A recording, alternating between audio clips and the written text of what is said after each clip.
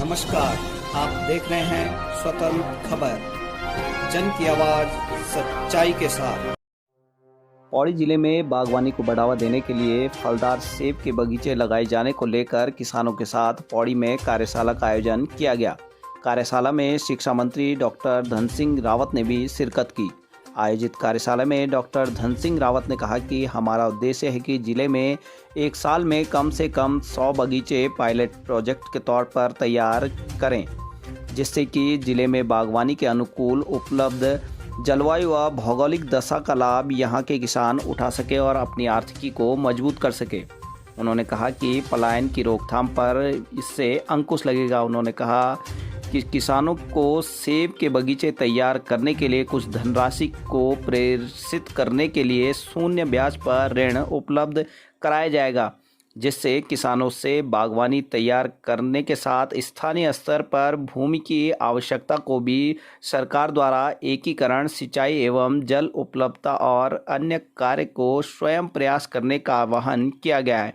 वहीं कार्यशाला में इंडो एच हॉर्टिकल्चर के निदेशक सुधीर चड्ढा ने कहा कि केवल प्लॉटिंग करना पर्याप्त नहीं, बल्कि बेहतर पौध का चयन, प्लांटिंग के बाद समय समय पर खाद, पानी, उपलब्ध दवा, कटिंग के साथ अन्य तकनीकी पहलुओं की जानकारी भी आवश्यक है। ब्लॉक है, पाबो ब्लॉक है और थैलीसैंड ब्लॉक है। यहाँ जो क्लाइमेट है तो वो सेब की खेती के लिए बहुत अच्छा है और मैं आज चड्ढा जी को धन्यवाद देना चाहता हूँ, एप्पल मिशन को भी, कि मेरे बुलाए पे आज यहाँ आए थे और हम इस साल कोको कोला के CSR से और चड्ढा जी की कंपनी की तरफ से 100 बगीचे लगाने का हमने टारगेट दिया है।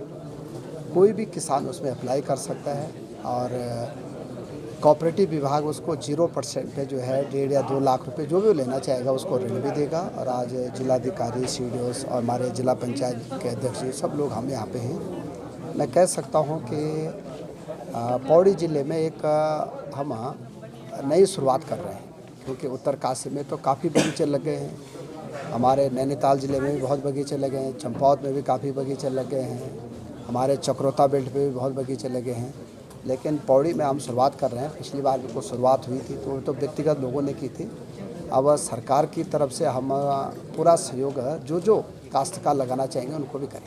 देखा होगा अभी प्रेजेंटेशन में भी कि ये जो सेब की खेती है ये अब लो हाइट में भी होती है।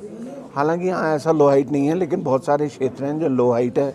कोई ऐसे क्षेत्र हैं जहाँ 1000 मीटर, तो 1000 मीटर वाले किसान के लिए बड़ा सुनहरा अवसर है कि वो अपने ज़मीन में भी सेब लगा सकता है। 1000 से 2500 तक गाला जो वैरायटी है वो बड़ी कामयाब है और गाला का दाम भी कम ज़्यादा मिलता है और पहले बाज़ार में आ जाता है, तो इसलिए अधिकतम दाम मिलता है।